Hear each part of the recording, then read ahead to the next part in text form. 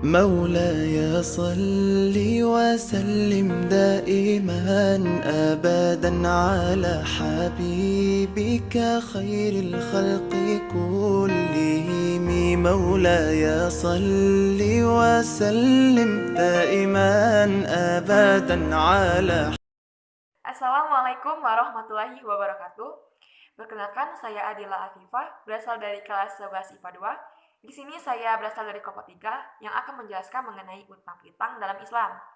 Nah, di sini saya akan menjelaskan tentang pengertian dan rukun-rukun apa saja yang terjadi dalam utang piutang menurut Islam.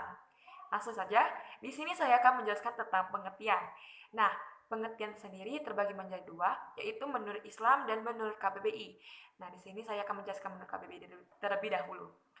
Menurut KBBI, pengertian utang piutang yaitu uang yang dipinjamkan dari orang lain dan yang dipinjamkan kepada orang lain. Jadi, kalau di menurut KBBI, utang piutang itu lebih dominan atau lebih ditekankan dalam berbentuk pinjam meminjam uang.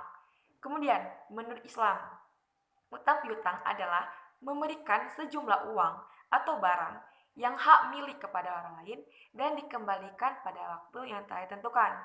Nah, kalau menurut Islam ini, utang piutang bisa berbentuk uang maupun bisa berbentuk barang, dengan catatan harta benda atau tersebut telah menjadi hak milik. Kemudian dikembalikan pada waktu yang telah ditentukan sebelumnya. Lanjut kemudian ke rukun-rukun dalam utang piutang. Apa saja sih rukun-rukun dalam utang piutang? Nah, di rukun utang piutang tersebut di dalam Islam terbagi menjadi tiga atau ada tiga. Yang pertama, pihak yang berpiutang dan berhutang. Jadi dibutuhkan orang yang meminjam dan orang yang meminjamkan barang atau harta. Kemudian harta atau barang yang akan dipinjamkan. Kemudian yang ketiga yaitu kesepakatan. Jadi kalau di dalam utang piutang syarat sah terjadinya yaitu kesepakatan antara orang yang berpiutang dan orang yang berhutang. Sekian materi dari saya. Apabila ada kesalahan saya mohon maaf, kepada Allah saya mohon ampun. Wabillahi taufiq wal hidayah. Wassalamualaikum warahmatullahi wabarakatuh.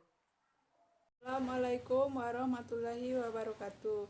Saya Penti Pertiwi akan menjelaskan hasil presentasi kami, yaitu utang piutang.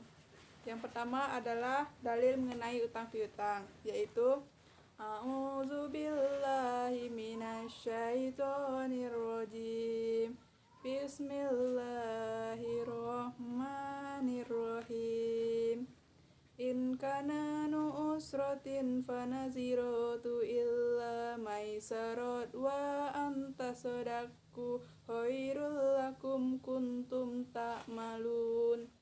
Yang artinya, dan jika orang yang berhutang itu dalam kesungkaran, maka berilah tangguh sampai dia berkelapangan. Yang menyedekahkan sebagian atau semua utang itu lebih baik baginya jika kamu mengetahuinya. Yaitu adab utang piutang. Yang pertama, perjanjian tertulis. Yang memasukkan perjanjian tertulis adalah perjanjian yang ditulis di atas kertas sebagai bukti. Yang kedua adalah pihak piutang tidak memperoleh keuntungan karena hukum dari keuntungan yaitu haram dan termasuk riba. Yang ketiga adalah pihak yang berhutang membayar dengan cara yang benar.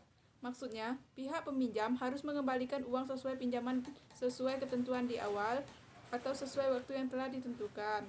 Yang keempat adalah pihak piutang berpenghasilan halal. Yang dimaksud, uang yang dipinjamkan adalah uang yang jerih payah sendiri, bukan dari hasil mencuri atau yang lainnya. Yang kelima adalah berhutang saat darurat. Sebenarnya berhutang ini diperbolehkan hanya dalam keadaan terdesak atau darurat saja. Yang keenam, jangan dipesertakan dengan jual beli. Yang ketujuh yaitu mengingat pihak piutang apabila telat membayarnya. Yang kedelapan, gunakan harta atau barang pinjaman dengan benar. Yang dimaksudnya yaitu gunakan harta atau barang dengan hasil yang halal, bukan dari mencuri atau mengambil harta orang lain. Yang kesembilan yaitu boleh ditangguhkan apabila pihak berhutang kesulitan membayarnya, yaitu pihak yang meminjamkan hutang memberi keringanan kepada pihak berhutang atau memperpanjang waktu atau dengan mengikhlaskannya. Demikian hasil presentasi saya. Saya akhiri dengan wassalamualaikum warahmatullahi wabarakatuh. Perkenalkan, nama saya Ibu Ningsi. Baiklah, saya akan melanjutkan presentasi tentang hutang piutang. Yang kelima yaitu syarat hutang piutang. Yang pertama ada benda atau harta halal. Maksudnya, benda yang dihutangkan atau harta yang dihutangkan merupakan hasil dari pekerjaan sendiri. Misalnya seperti bekerja dengan tenaga sendiri, bukan mencuri ataupun dengan cara maling. Yang kedua yaitu tidak diungkit-ungkit. Maksudnya itu setelah seseorang yang berhutang membayar hutangnya, yang mempunyai uang tersebut tidak boleh mengungkit-ungkit bahwa orang yang berhutang kepada dia telah minjam duit kepadanya. Yang ketiga yaitu benda atau harta hutang digunakan secara benar, yaitu maksudnya digunakan untuk hal kebaikan seperti membuka usaha atau menjadi modal untuk usaha. Yang keempat itu ada tidak memberikan atau meminta riba, yaitu tidak memberikan bunga berlebihan sampai-sampai orang yang berhutang kesusahan untuk membayarnya. Lanjut, yang keenam yaitu bahaya kebiasaan berhutang. Yang pertama ada dapat menyebabkan stres. Yang kedua dapat merusak akhlak. Yang ketiga mendapatkan hukuman seperti seorang pencuri. Yang keempat ada jika dia meninggal jasanya tidak akan disalatkan. Yang kelima yaitu tidak diampuni dosanya. Yang keenam penunda masuk surga. Yang ketujuh terkurungnya pahala. Sekian presentasi saya tentang syarat hutang piutang dan bahaya kebiasaan berhutang. Saya akhiri. Assalamualaikum warahmatullahi wabarakatuh.